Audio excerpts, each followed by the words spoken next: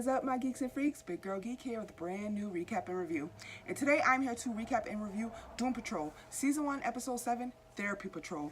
Y'all know what time it is. It's time for 3, 2, 1. I am so sorry that I am an episode behind now. I was 2. Now I watched this one on 1, but yet the new episode does come out tomorrow, so I'll be 2 episodes behind again. But there's so much going on. So many movies came out. Shazam, Captain Marvel, oh my god, Us, and all these shows. I still had to catch Cloak and Dagger. I still had to catch up on Black Lightning. I still had to catch up on Umbrella Academy. So I'm very, very, very sorry. Sometimes life just hits you so fast. But on some housekeeping news, and I will include this in a geek chat coming to you soon, so look out for that too. This weekend, if I have anyone here that by any chance watches this channel that is going to the Great Philadelphia Comic-Con this weekend, I will be there Saturday.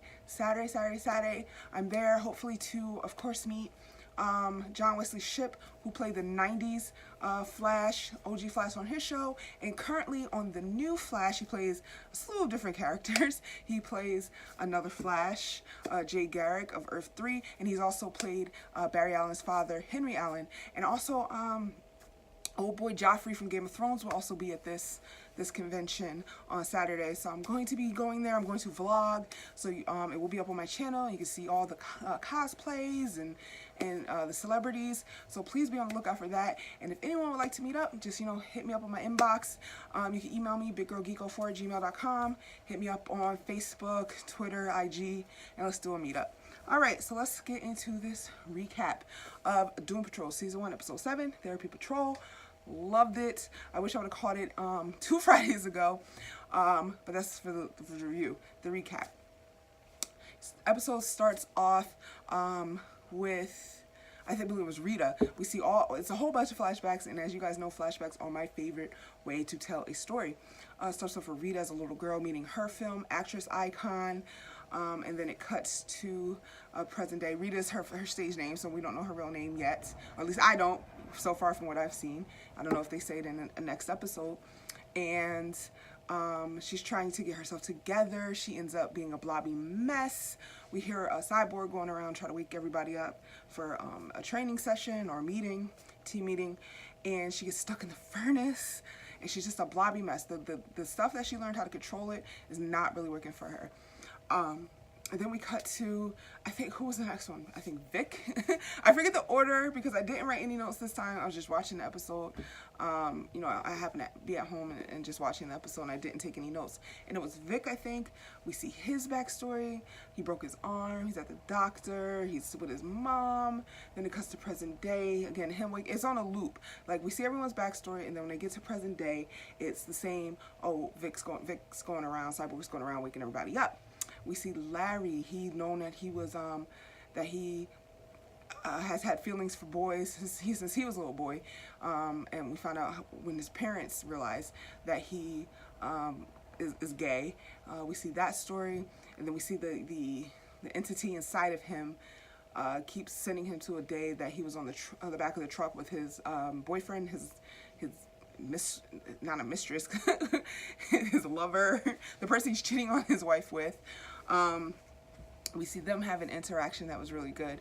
And then we see Jane, we see Cliff, we see everyone. Cliff's dad was abusive to his mom. And then we see Cliff kind of like spazzing out a little bit. He starts, fighting Vic, saying, "You think that's gonna hurt me?" Because Vic goes to blast him, and it turns out, they snap him out of his derangedness, because in his mind, he's saying his best friend who took over guardianship of his daughter, and he sees his daughter flipping out. It's just like he sees a whole mess. The guy that took over guardianship of his daughter is calling his daughter a brat. He didn't want to do it, and she's crying about her dead mom. And in that mind, that's who he's fighting, but in actuality, he's fighting the team. So once he snaps out of that, he's like, "We need to have a therapy session, please."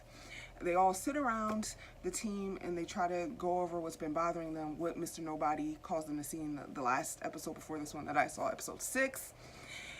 And they're all spilling their heart out in this very emotional scene. Rita is finally admitting what's bothering her. She's able to go back to normal shape. Vic is trying to figure out what's going on with him. Well, he had an interesting thing scene in the episode where he's like something's going on with his brain and his computer. He had a Tinder profile that he didn't know about, like a whole bunch of craziness with that. He's like talking with a girl, but he can also see her through a live feed. He sends her a picture of his body, and then that freaks her out, so he deletes his Tinder profile. But yes, during this therapy session, and they're working out their problems, Cliff and Jane go at it. Jane says, you're not even going to be a good father because you're not a real man. Cliff says, nobody here likes you. I'm the only one that likes you, and I only like 1/64 of you, which causes her to leave. And then that causes Cliff to kind of go crazy again. They have to subdue him, and a rat comes out of his mouth. And the rat ends up was sent by Mr. Nobody because they do a flashback to like when they first decided to get on the bus and go find Niles. The rat mom is like, come on, let's cross the street. There's subtitles, they're not actually talking. And as soon as she goes across the street, she gets run over by Cliff in the bus, who was driving the bus at the time. And Mr. Nobody contacts the baby rat and is like, get your revenge.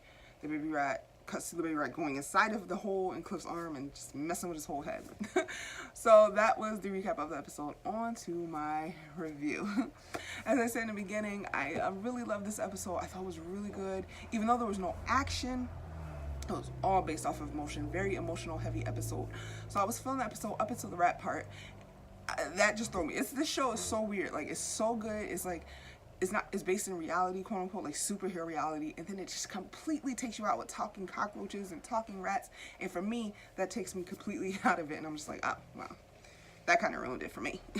So yeah, everything except the last couple seconds leading up to, with the rat, I thoroughly enjoyed the episode. It shows that Mr. Nobody's still messing with them, and he's controlling them like little puppets, and they don't know anything about it.